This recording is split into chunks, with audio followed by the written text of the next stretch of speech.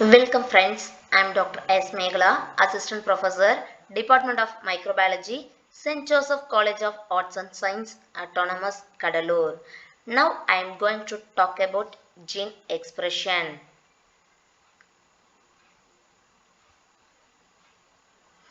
Gene expression is accomplished through a sequence of events in which the information in DNA sequence is first copied into an RNA molecules and then to the amino acid sequence of a protein molecule. RNA synthesized by RNA polymerase from the DNA template. The process by which the segment corresponding to a particular gene is selected and an RNA molecules is synthesized and is called transcription. Then this RNA direct the synthesis of amino acids and joining together to form protein. So the production of amino acid sequence from an RNA based sequence is called translation. Therefore, gene expression refer to protein synthesis through two major events. One is transcription and another one is translation. Different gene in an organism are meant for the synthesis of different proteins. All the proteins are not needed at one time. Specific enzymes are needed at different times in the life cycle of an organism.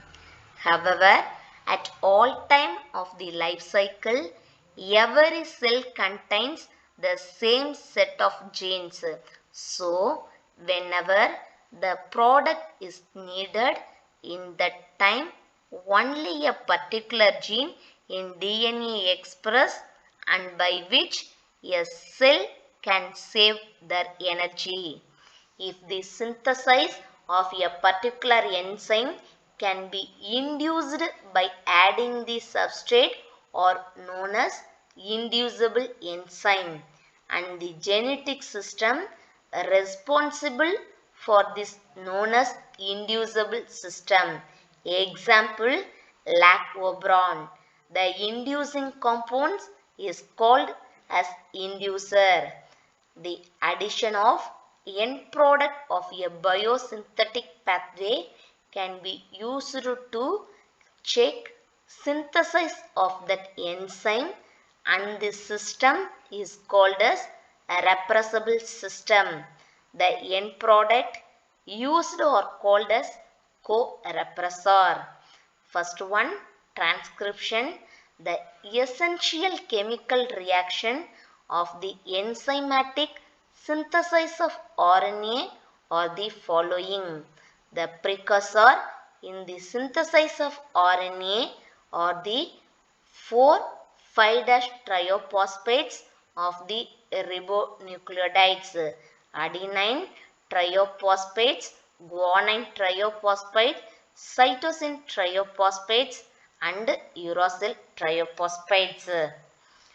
During RNA forming, 3-OH group of ribose of the growing RNA strands react with the innermost phosphate of a incoming nucleotides 5-triophosphates.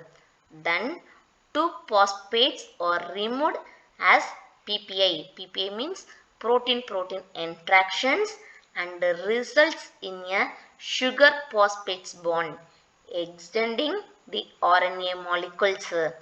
The sequence in RNA is determined by the base sequence of DNA templates. Each base added to the growing end of RNA and base pairing with DNA template. For example, cytosines, thymine, guanine and adenine in a DNA strand produce guanine, adenine, cytosines and uracils respectively. Nucleotides are added only to the 3-OH end of the growing strand.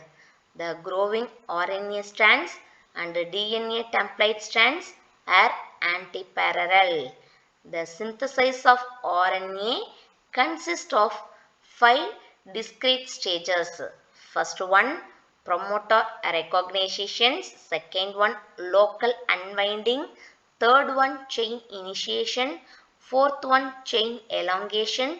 Fifth one, chain termination. First one, promoter recognitions.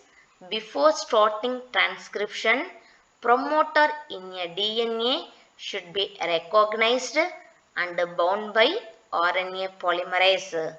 RNA polymerase binds to DNA within a specific base sequence called as promoter. Examinations of large numbers of promoter sequence for different genes and from different bacteria has shown they have many features in common. The RNA polymerase of E. coli consists of 5 protein subunits. The 5 subunits are organized into 2 groups. 4 of the subunits, 2 alpha and 2 beta groups, comprise the core enzyme, catalyze the joining of nucleosides triophosphates, and the 5th one for omega subunits is required for promoter binding. Second one, local unwinding. Then the double-stranded DNA melts in the promoter region forming open complex. Third one, initiation. The omega factor associated with the core enzyme of RNA polymerase, the factor play a major role in initiation of transcription. The RNA polymerase bound to polymerization start site, that means near the initial binding site, and start synthesis. After forming of open complex and polymerization of RNA up to 8 to 9 bases length, the omega factor dissociates and core enzyme continue the transcription process in the 5' to 3' direction. Fourth one, elongation. Once a start oligonucleotides is synthesized, omega factor disassociates. Elongation of the RNA transcript is catalyzed by the core enzyme of polymerase only. RNA polymerase moves along the DNA, adding nucleotides to the growing RNA chain at the rate of 20 to 50 nucleotides per second are synthesized during RNA chain elongation. As the RNA polymerase move along the template strand of DNA, the DNA double helix is recloses after the polymerase passed. Fifth one, termination.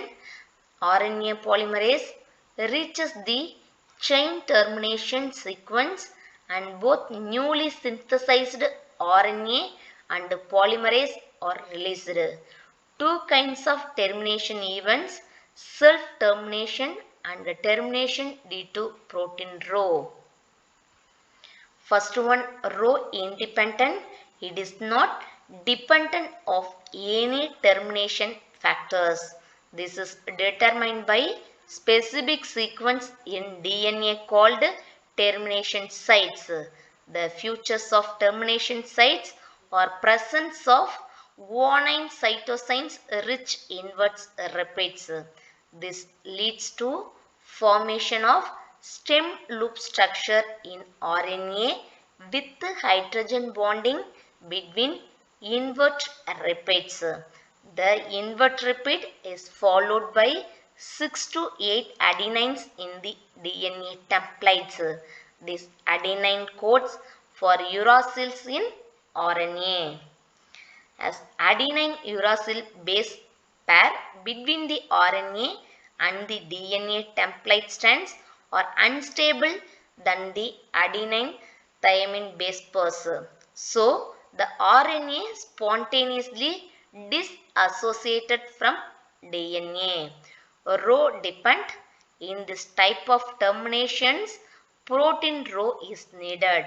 It is an ATP dependent RNA DNA hybrid duplex. It's bind to RNA transcript and catalyze the releasing of the transcript from template DNA. Initiation of a second round of transcription need not avoid completion of first. When transcription is completed, the core enzyme and alpha subunit are then ready to bind a promoter again. Thank you.